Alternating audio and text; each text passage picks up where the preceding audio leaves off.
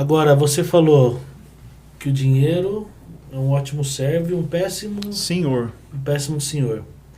Qual a relação que você vê entre dinheiro, felicidade e bem-estar?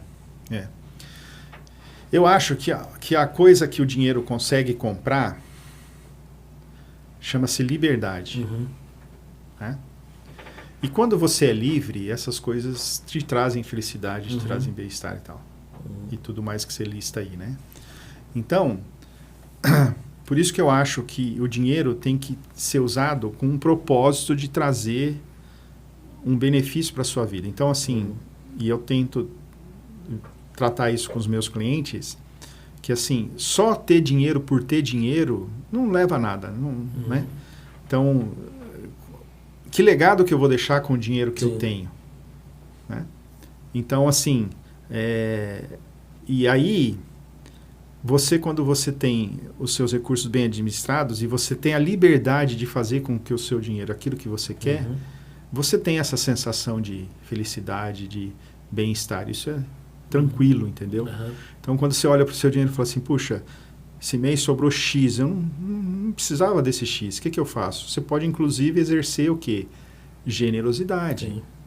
Né? A Bíblia fala assim, que a gente deve trabalhar para que a gente tenha, inclusive, como acudir o necessitado. Uhum. Como que eu vou fazer isso se eu não tenho essa liberdade? Então, o dinheiro compra liberdade. Eu acho que esse é o principal bem que o dinheiro... Né? E aí, inclusive, uma liberdade que é muito interessante, que é uma que a gente perde quando a gente quer ter mais dinheiro, é a liberdade de tempo. Uhum.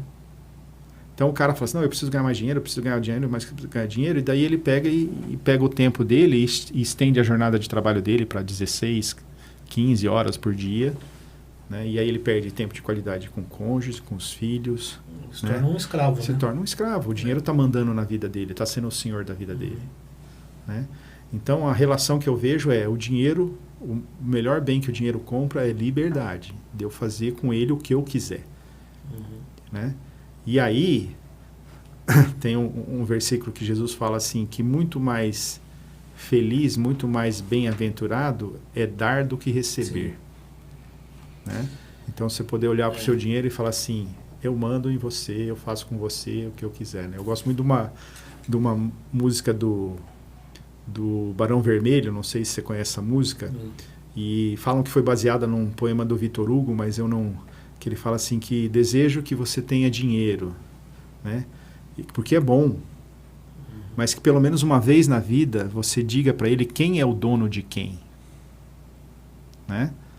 Desejo que você tenha quem amar, desejo que, né, que você tenha força para recomeçar, uma série de coisas diz na música, mas essa frase do Rian é assim, ó, que você diga para ele quem é o dono de quem. Né? Porque aí, na boa, né, a melhor coisa é você mandar mesmo. Exato. Eu mando em você. Aliás, esse princípio de generosidade é algo impressionante. A Bíblia não promete que você vai ser rico, que você vai ser farto de dinheiro, você vai ser alguém com muitas posses, mas quando você é alguém generoso com o reino de Deus, com pessoas que passam por necessidade ou por apoiar causas que possam fazer o bem para a sociedade em si, é perceptível como essas pessoas prosperam. Sim. Como essas pessoas são abençoadas. Não só no bem-estar dela de ter um coração generoso, porque a generosidade também muda o nosso coração e faz a gente promover mais generosidade. Mas a gente vê como Deus também abençoa essas pessoas, trazendo para elas também novos recursos, né? Então é interessante a gente olhar não só no aspecto bíblico, mas também como a ordenança de Jesus, dos princípios bíblicos de dar, também traz um ciclo de retorno. Né? Então, e aí Deus te dá mais ainda, porque você vai dar mais ainda. Exatamente, né? Então, tem aquela questão, né, que a vida da gente a gente não é, pode ser uma represa, né, mas sim um canal. Deus está fluindo na gente e abençoando as pessoas, né? Legal. E a gente fala aqui muito de princípios bíblicos, né? Já falamos da questão de José, a gente citou agora do dar e receber. O próprio Jesus fala também sobre planejamento, quando você vai construir uma casa, sobre a rocha, sobre a areia. quais os princípios bíblicos que podem, então, assim, nos instruir e ajudar a lidarmos com os recursos que o Senhor nos dá de forma responsável e da maneira que a gente possa viver com qualidade? Que importância a gente pode encontrar dentro das Escrituras de um bom planejamento financeiro que traga para a vida prática? Bom, existe uma doutrina na Bíblia que se você procurar a palavra você não vai achar, né? Mas os teólogos definiram como a mordomia. Sim. Né? Você não acha essa palavra na mordomia, né? E a mordomia, ela estabelece o seguinte, que Deus é o dono de tudo. Sim. Então, o primeiro princípio que eu tenho que encarar, e aí vai a minha vida, a minha família, os meus recursos, o meu trabalho, é que Deus é o dono de tudo. Sim. Ou seja, não existe nada que Deus, né, não requeira para si a propriedade. Então, esse é o primeiro princípio. Né? E aí, o que é mais legal disso, né, Pedro vai falar isso, ele fala assim, que a gente deve viver nessa graça de Deus sendo dono de tudo, como bons despenseiros. Essa palavra dispensa para mim é fantástica, né? Porque eu lembro a minha infância, quando eu ou minha irmã chegávamos para minha mãe e falava assim, a gente quer comer um bolo. E aí minha mãe, a frase da minha mãe era assim, vai lá na despensa e traz para mim a farinha, o leite condensado, o açúcar que eu vou fazer um bolo. Né? E aí, se Deus é dono de tudo, Deus tem uma despensa infinita. E Ele me convida a ser mordomo, a gerenciar essas coisas.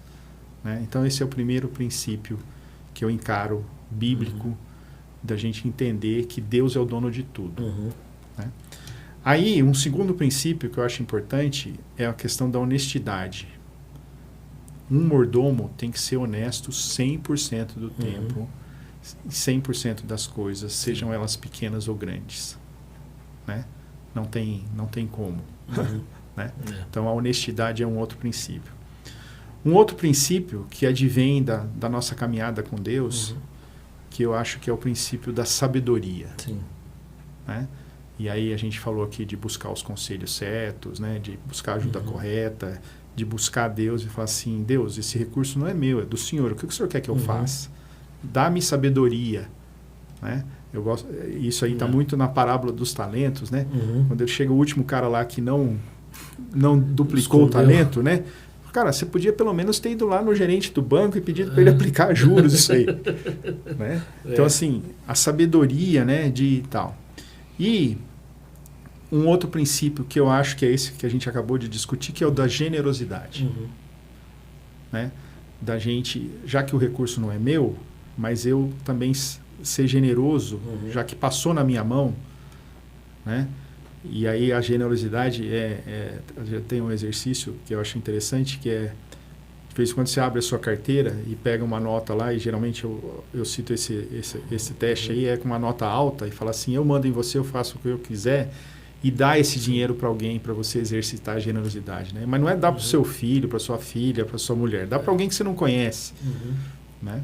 Então esses 4 princípios eu acho que já são norteadores para a gente, entendeu?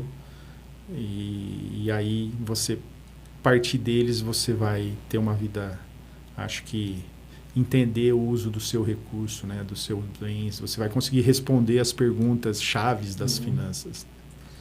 Maravilha. E dentro desses recursos também tem um princípio que a gente na vida cristã pratica, que é ofertar e dizimar na comunidade local.